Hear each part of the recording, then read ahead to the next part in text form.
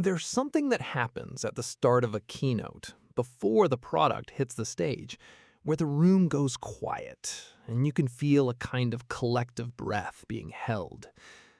I've watched a lot of these moments, the dimmed lights, the ambient music that just barely exists, and then that word, introducing. It lands differently every time. There's something almost ritualistic about it. Engineers and designers and hundreds of people working quietly for years. And then, one moment under those lights, the thing they made gets to exist in front of the world for the first time. I find that remarkable. But I don't think it's just the gadget that gets me. It's the idea that something could be sitting right there, already built, already real, and you just didn't know you needed it yet. That gap between "I didn't know this existed" and "I can't imagine without it," that gap is surprisingly small. I started sitting with that thought a little longer than usual. What does it mean that so many of the tools I rely on every day were once things I didn't even know to ask for?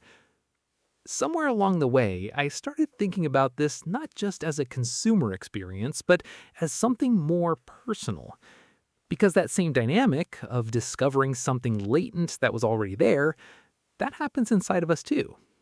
Ideas arrive the same way products do, quietly assembled in the background, refined, reworked, and then one day they're just present, fully formed, ready to be used. What if we thought of our own developing ideas that way? Not as breakthroughs that arrive from nowhere, but as features we've been building for a while without quite realizing it.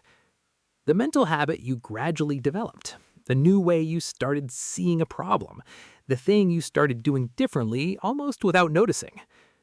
I think about how I once decided casually that I wanted to start tracking my habits, and the thought came fully equipped. I already knew what I needed it to do.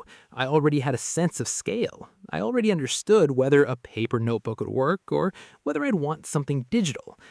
The tool didn't create the need. The need was already in me, and the tool just gave it a place to live. That's the thing about a good introduction. Whether it's a product launch or an idea you finally let yourself say out loud, the introduction isn't the creation. It's the revelation. Something that was already there, surfacing. And maybe that's what I love most about watching those keynotes. It's not really about the device. It's the reminder that the world is full of things that don't exist yet, that will exist, and that something in us already knows what to do with them when they arrive. We are, in a strange way, always just a little ahead of what we built, reaching towards something that hasn't been introduced yet. So I'll ask you this. What's something you already know you need? Something that's been forming quietly for a while now, that you just haven't introduced yet.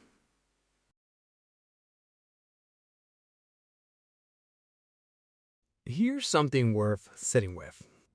Every tool you've ever found indispensable, every app, every device that just clicked, you knew what to do with it almost immediately.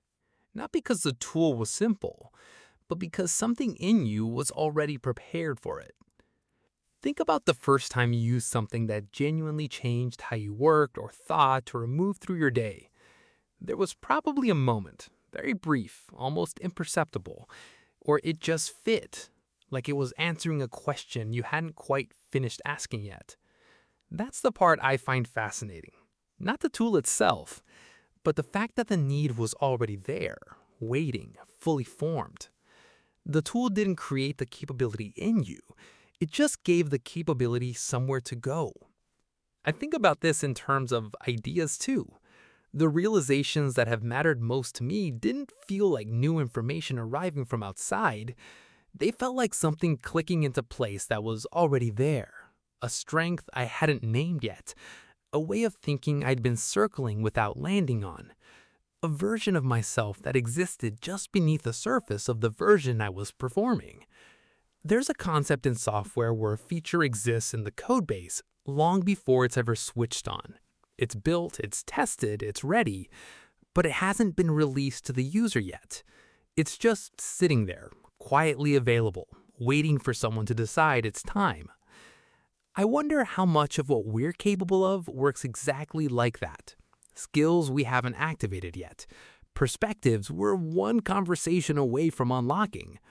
Qualities that are already written into who we are, just not yet switched on.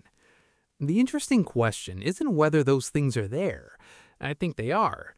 The more interesting question is what it takes to surface them. Sometimes it's the right tool. Sometimes it's the right moment. Sometimes it's just paying close enough attention to notice that something in you already knows what to do. What I keep returning to is how little of ourselves we're actually running at any given time. Not out of failure or limitation, just because we haven't needed that particular feature yet, or haven't built the conditions where it could emerge. The devices we love most aren't the ones that do everything. They're the ones that seem to understand what we were already reaching for, and meet us there. Maybe that's the standard worth holding for the tools we build inside ourselves too. Not adding more, just finally switching on what was always already there.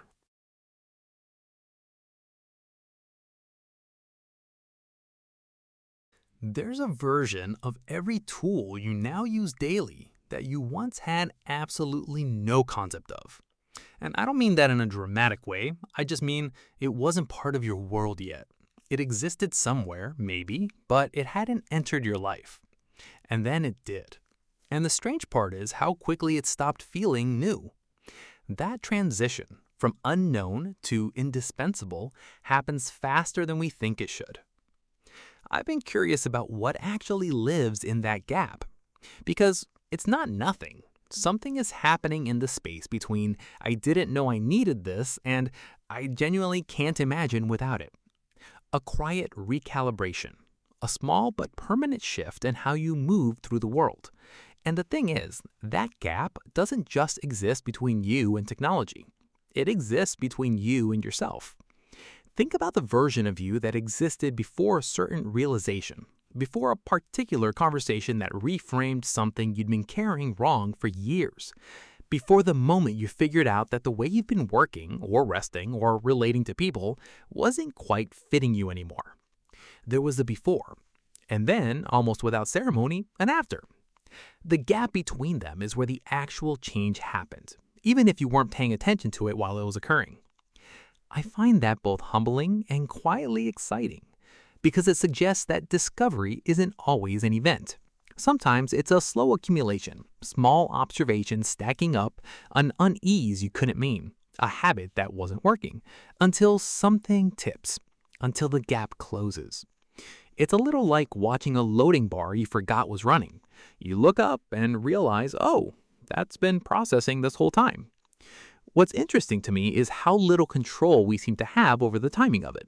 You can't force the gap to close. You can read, explore, pay attention, create the conditions, but the actual moment of recognition, when something finally lands, that tends to arrive on its own schedule. And maybe that's okay. Maybe the gap isn't a problem to be solved. Maybe it's just a natural distance between where you are and what you're becoming. A space that only makes sense once you're on the other side of it. There's something worth sitting with there. The idea that right now, somewhere in the background, a gap is closing. Some version of a realization is almost ready. Some need you haven't fully named yet is taking shape. And when it finally surfaces, it won't feel like something new arrived. It'll feel like something that was always there, just finally introduce itself. Software companies used to be embarrassed by the word beta. It meant unfinished, rough around the edges, not quite ready for the world. Now they wear it almost proudly. Beta means alive. It means something is actively being worked on, that the people behind it care enough to keep improving it before they call it done. Which makes me wonder when we started expecting ourselves to be finished. There's this quiet pressure that follows most of us around. The sense that we should have things figured out by now, that the learning curve was supposed to level off somewhere back there, that we're running behind on a version of ourselves that was supposed to already be released. But what if that framing is just wrong? What if the more honest picture is that we are always at every stage, running in beta? Not broken, not failing, just mid-process. I think about how the best software doesn't arrive perfect. It arrives useful, and then it gets better through contact with real life, through people actually using it, pushing against its edges, finding the places where it doesn't quite hold. And that feedback, that friction, is what makes the next version possible. We work the same way. You don't figure out how you handle pressure by reading about it. You find out when the pressure actually shows up. You don't know what kind of collaborator you are until you're in the middle of a project that isn't going well. Life is the testing environment. And the bugs, the moments where you didn't respond the way you wanted to, or the habit that keeps slipping, or the belief you're still not sure fits you anymore, those aren't evidence that something is wrong with you. They're just data. Useful, honest, necessary data. There's something genuinely freeing about that once it settles in. Because beta doesn't mean low quality. It means open, responsive, still in conversation with experience. The finished version, the one that needs no more input, no more revision, no more growth, that's not actually a goal worth chasing. That's just stasis wearing the costume of completion. What I keep coming back to is that the most interesting people I've encountered aren't the ones who seem fully formed. They're the ones who are clearly still in process, still curious about their own edges, still willing to patch something that isn't working and quietly ship the update. No announcement, no keynote, just a slightly better version showing up the next day. And maybe that's enough. To keep iterating, to stay in beta, not out of inadequacy, but out of genuine commitment to what the next version of you might become. Every app you've ever loved had a moment where the design just got out of the way. You stopped thinking about how to use it and just used it. The interface became invisible, and what was left was just you and the thing you were actually trying to do. I've been thinking about how that same principle applies to the habits we build. Because a habit, when it's working, does the same thing. It disappears into the background of your day. You stop deciding to do it, you just do it. But getting there, that's the design problem. When you decide to start tracking something or reading more or moving your body differently, you're not just making a lifestyle choice. You're making a design choice. You're building an interface between your intentions and your actual behavior. And like any interface, the details matter enormously. A habit that requires too many steps before the actual doing, too much friction, too many decisions, is like an app with a terrible onboarding experience. People bounce, not because they don't care, but because the design made it harder than it needed to be. I noticed this with something as simple as keeping a notebook on my desk. When it was there, open, pen beside it, I wrote in it. When it was in a drawer, I almost never did. Same habit, same intention, completely different interface. The notebook in the drawer had too many steps between me and the act of writing. The one on the desk had none. It was just there, waiting, already part of the environment. There's a concept in design called affordance, the idea that a well-designed object suggests its own use. A door handle invites pulling, a button invites pressing. The best habits work the same way. They're designed so that the environment itself nudges you toward them without requiring willpower to activate. Which reframes the whole conversation around discipline, because maybe discipline isn't the absence of weakness. Maybe it's just good design. Arranging your life so that the thing you want to do is also the easiest thing to do. And that's a more interesting problem to work on. Not beating yourself into compliance, but asking, where is the friction? What's one step I could remove? What does the environment look like when this habit is working? You start to see your daily life less like a schedule and more like a system. A set of small interfaces, each one either helping you or quietly working against you. Some smooth, some clunky, some overdue for a redesign. The good news is, unlike enterprise software, you can actually change yours. No approval process, no IT department, just a notebook moved from a drawer to a desk. Sometimes that's all the update requires.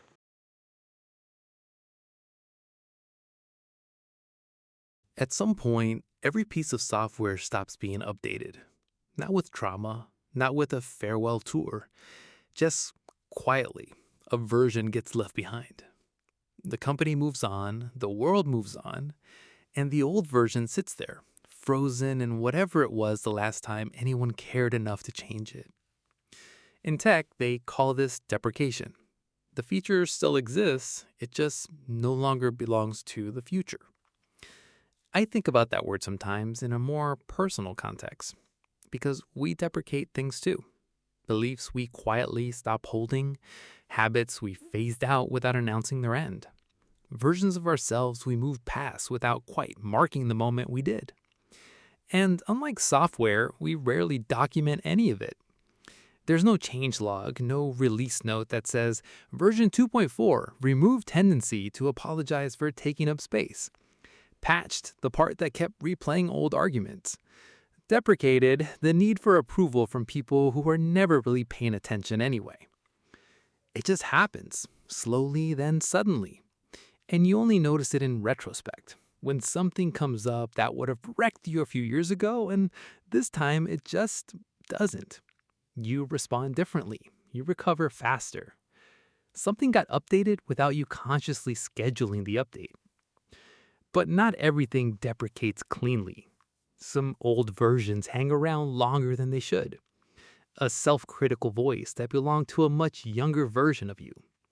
A way of handling conflict that made sense once in a specific environment, but doesn't fit the life you're living now. These are the legacy features, still running in the background, still consuming resources. Not because they're useful anymore, but because nobody ever made the deliberate decision to let them go. And that's the part worth sitting with, because deprecation, when it's intentional, is an act of clarity. It's saying, this served a purpose, it got me somewhere, and I'm choosing not to carry it forward. There's no shame in the old version, it was the right build for where you were. The fact that it no longer fits isn't a failure of the version, it's evidence that something else has grown to replace it. What I find quietly beautiful about this is that growth doesn't always look like addition. Sometimes it looks like removal. Like finally uninstalling something that's been sitting on your desktop for years, taking up space, and noticing how much cleaner everything feels without it. The newest version of you isn't necessarily the most feature-rich. Sometimes it's just more intentional, lighter, carrying only what still belongs.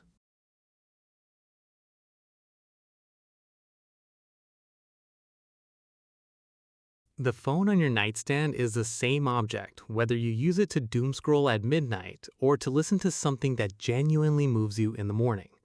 The hardware doesn't change. The screen is the same screen. The processor is the same processor. What changes is the intention you bring to it, or don't. I've been sitting with that idea for a while now, because there's a version of technology use that feels expansive, where you put something down and feel like you gained something, a new angle on a problem, a moment of genuine calm, a spark of curiosity that carries into the rest of your day. And then there's the other kind, where you look up and 20 minutes have dissolved and you couldn't tell anyone where they went. Not relaxed, not informed, just elsewhere. The strange thing is that both experiences often start the same way. You pick up the device, and then somewhere in the first few seconds, a direction gets chosen, sometimes consciously, often not. I started thinking of this as the difference between using a tool and being used by one, which sounds dramatic, but it's actually a pretty practical distinction. A tool does what you direct it to do. It serves the intention you brought to it. But when the intention is absent, when you reach for the device out of habit or restlessness, or just because it's there, the tool doesn't stay neutral. It fills the vacuum. And what fills it is whatever the algorithm decided you'd find most difficult to look away from. And that's not a conspiracy. It's just design doing its job, optimizing for your attention because your attention is what the system is built around. The question worth asking is whether your attention is going somewhere you actually chose. Not every moment. That's not realistic. And honestly, wandering has its own value. But some of the time, enough of the time. What I keep coming back to is that the same device that can scatter your focus into 100 directions can also be the thing that grounds you. A single long article instead of 30 headlines. A voice note to yourself instead of a passive scroll. Music that opens something up rather than fills silence out of anxiety. The technology didn't change. The relationship to it did. And that relationship, like most relationships, tends to reflect back exactly the kind of attention you bring to it. Distracted attention gets a distracted experience. Intentional attention gets something else entirely, something that occasionally feels, against all odds, like the device is actually working for you. Every keynote has a rehearsal. Actually, many rehearsals. Weeks of them sometimes. The same walk across the same stage, the same lines delivered to an empty room, the same slide transitions practiced until they stop feeling like transitions and start feeling like breathing. Nobody films the rehearsals. Nobody posts them. The whole point is that by the time the lights come up and the audience is there, all of that work has become invisible. What the audience sees is the polished moment. What they don't see is everything that made the polished moment possible. I think about that a lot in relation to the quieter work of just becoming. Because most of the meaningful development that happens in a person's life looks nothing like a launch event. It looks like a Tuesday morning where you tried something slightly differently and it didn't work. A conversation you replayed and finally understood a week later. A habit you attempted 4 separate times before it actually stuck. None of it gets announced. There's no crowd, no ambient music building to a reveal. Just you and the unglamorous metal of figuring something out. And yet, that's where the actual work is happening. The keynote is just a moment someone else gets to see it. I find something genuinely grounding in that. Because we live in a moment where the visible version of a person, the curated, posted, highlighted version, can start to feel like the real one. Like the performance is the thing and everything behind it is just prep. But that has it exactly backwards. The prep is the thing. The rehearsal is where you actually change. The quiet experiment that nobody knew you were running, that's where something real got built. There's a kind of freedom in work that doesn't need an audience. When you're not performing growth but actually doing it, something different becomes possible. You can fail without it meaning anything about your public self. You can try something half-formed and see what happens. You can revise without embarrassment because nobody was watching the first draft. Some of the most significant shifts I've noticed in myself arrived with almost no fanfare at all. Not a realization I could point to on a calendar, just a moment where I responded to something differently than I would have before, and only afterward thought, something changed. No stage, no audience, just the quiet evidence that all those rehearsals, all that invisible work, had been doing something this whole time.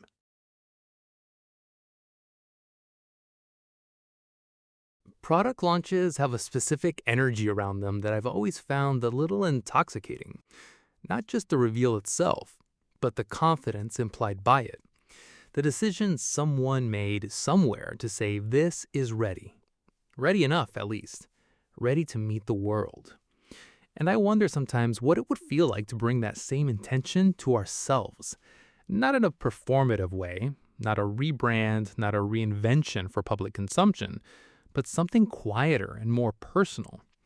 A private acknowledgement that a new version has been in development for a while now, and maybe it's time to actually let it exist. Because most of us don't do that.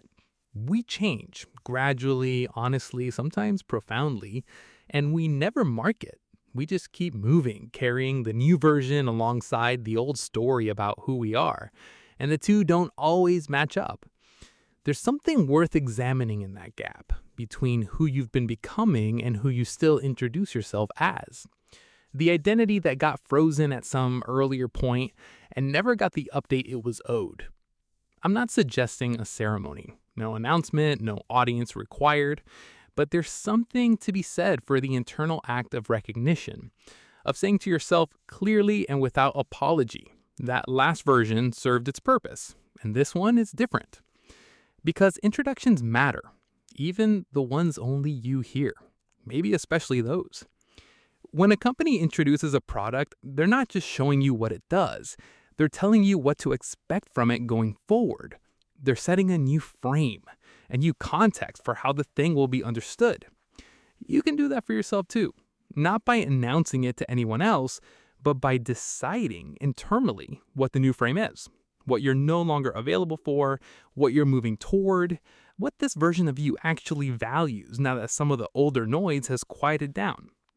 The interesting thing about introducing yourself, really introducing yourself to yourself, is that it requires you to know what you're introducing, which means doing the work first. The rehearsal from the empty room, the quiet iterations, the deprecated features and the closed gaps and the habits redesigned from the inside out, all of that comes before the introduction.